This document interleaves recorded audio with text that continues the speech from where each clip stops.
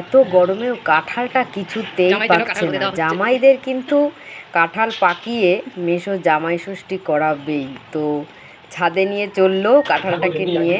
আজ কিন্তু মাসি বাড়িতে হবে জামাই ষষ্ঠী।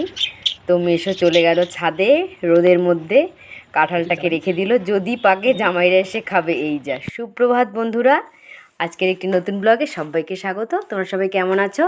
আশা করছি সকলেই সুস্থ আছো, ভালো আছো। তো চলো ভিডিওটি স্কিপ না করে পুরো সম্পূর্ণ ভিডিওটি দেখতে থেকো, আশা করি ভালো লাগবে। পাপাই আর আমি কিন্তু চলে এসেছি মাসি বাড়িতে। আর ছোট মেয়ে আছে আমার মায়ের কাছে, বোন আছে ওখানে, বোন এসছে। তো চলে এসেছি মাসি বাড়িতে। ওখানে হচ্ছে ভাইয়ের বউ রান্না করছে, স্নিগ্ধা।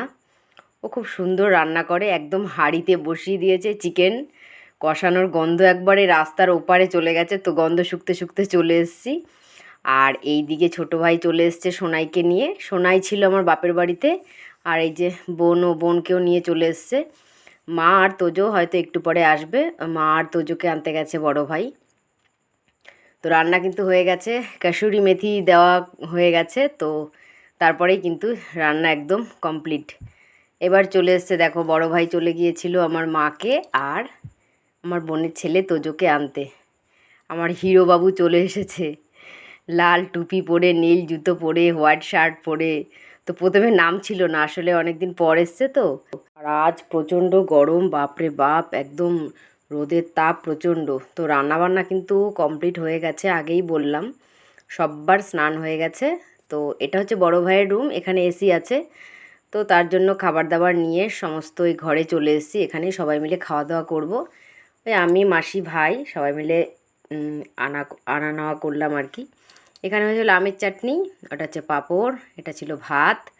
আর এই দেখো কি দারুণ হয়েছে তাই না চিকেন রান্নাটা, খেতেও কিন্তু অসাধারণ হয়েছিল। তো তারপরে এই যে ডাল আছে এখানে, আর এখানে আছে হচ্ছে কি বলে এটাকে, কুশি ভাজা। পাঁপড় ভাজা তো আগেই দেখে নিয়েছো, এটা হচ্ছে কুশি ভাজা ডিম দিয়ে। আর এখানে আছে এই যে দুরকম মিষ্টি। তো চলো আমার ডিউটিটা আমি চালু করে দিই আর কি।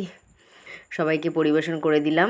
তো এক এক করে সবাই খাচ্ছে। বাচ্চাগুলো এখন খেতে চাইছিল না, আসলে ওরা হাবিজাবি খেয়েছে তো। তো তার জন্য যাদের যাদের খিদে পেয়েছে সবাইকে সেটা দিয়ে দিলাম। তারপরে আস্তে আস্তে সব এক এক করে খেয়ে নেবো। আর এদিকে তোজো বাবু শশা খাবে বলে শশা দাও করছে। তো এক এক করে এবার বাচ্চাগুলোও বসেছে।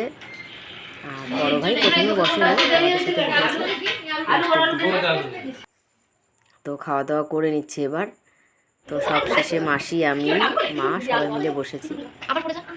আর এই দিকে দেখো তোজো বাবুর বদমাশি, আমার সোনাইকে চুলের মুঠি ধরে উঠাচ্ছে, মানে ওকে কিছুতেই শুতে দেবে না, মানে ওর সাথে খেলতে হবে।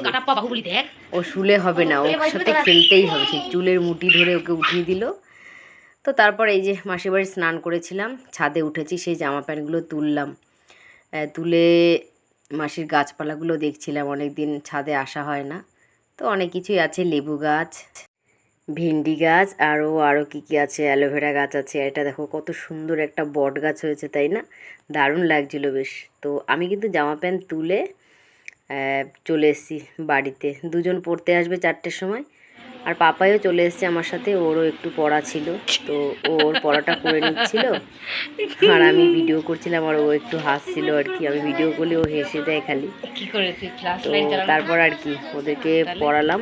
আর গরমে একদম অস্থির হয়ে যাচ্ছে, কি বলবো, এই গরমটা যে কবে যাবে সেটাই খালি ভাবছি। একটু শান্তি মতো ঘুমোতে পারবো। আর কারেন্ট কিন্তু খুব ডিস্টার্ব করছে, রাত হলেই একবার যাচ্ছে একবার আসছে। তারপর চলে এসছে আমার দিদি জামাইবাবু। তো অনেক দিন ধরে বলেছি, এই যে তোমাদের হয়তো মনে আছে, এই রাখি দিদির বাড়িতেই গিয়েছিলাম শ্যামপুর। তো ওকে প্রত্যেক দিন ফোন করতাম যে তোর বাড়ি গিয়ে আমি থেকেছি, তুইও আয়। তো অনেক বলাতে ও এসছে, অবশেষে আসলো আমার বাড়ি বেড়াতে। তো জামাইবাবু থাকেনি, ওই কিছুক্ষণ বসলো, একটু আম কেটে দিলাম, একটু চাটা খেলো। তো সেটা খেয়ে জামাইবাবু কিন্তু চলে গেছে, হয়তো 2-3 দিন পর আসবে নিতে। তো জামাইবাবুকে টাটা করে দিলাম, অনেকবার বলেছিলাম থাকতে, কিন্তু থাকলো না। আর এদিকে বড়মশাইয়ের সাথে জামাইবাবুর আর দেখা হলো না।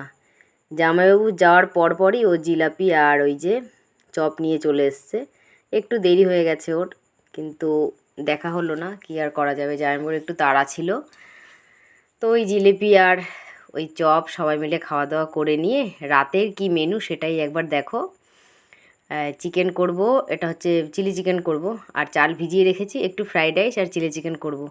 প্রচণ্ড তাড়াহুড়োর মধ্যে আছি, পুরো ভিডিও সম্পূর্ণ ঠিকঠাকভাবে করতে পারিনি, কিভাবে কি করলাম। যদিও অনেকেই জানে চিলি চিকেন আর ফ্রাইড রাইস করা, কিন্তু আমি কিভাবে করলাম সেটা তোমাদের আর দেখাতে পারলাম না। মানে একটু দেরি হয়ে গিয়েছিল খাওয়া দাওয়া করতে। তো ওদের একটু এই চিলি চিকেনের পকোড়াগুলো যখন ভেজেছিলাম একটু সস দিয়ে দিলাম, ওরা খেয়েছে। তো দেখো রান্না কিন্তু হয়ে গেছে। এই যে ফ্রাইড রাইস করেছি, আর এই যে চিলি চিকেনটা কিন্তু অসাধারণ হয়েছিল খেতে, কালারটা দেখেছো বেশ সুন্দর। তো রাতের খাওয়া দাওয়া এই যে চিলি চিকেন, পেঁয়াজ শসা নিয়ে নিয়েছি, প্লেট একদম রেডি। বেশ দারুণ, অনেক দিন পর কিন্তু খুব সুন্দর খেলাম। সবাই একদম চেটে পুটে সাফ করে দিয়েছি। আর আমরা রাতের ডিনারটা কিন্তু এই তিনজনেই করব, কেননা বড়মশাই কিন্তু মাসিবাড়ি যে জামাই ষষ্ঠীতে নিমন্ত্রণ খেতে গিয়েছিলাম, ও দুপুরবেলা কিন্তু ওর খাবারটা খায়নি, ওর কাজ পড়ে গিয়েছিল। তো সেখানেই ও চলে গেছে এখন রাত্রে সেই জামাই ষষ্ঠীর খাবারটা খেতে। আর সোনাই আছে আমার বাপের বাড়ি, বোন আছে, বোনের কাছে গেছে। তো চলো আজকে আমরা খাওয়া দাওয়া করে নিই, সবাইকে গুড নাইট জানিয়ে দিলাম। ভিডিওটি দেখে কিন্তু একদম কমেন্ট করতে ভুলবে না। আজকের মতো টাটা।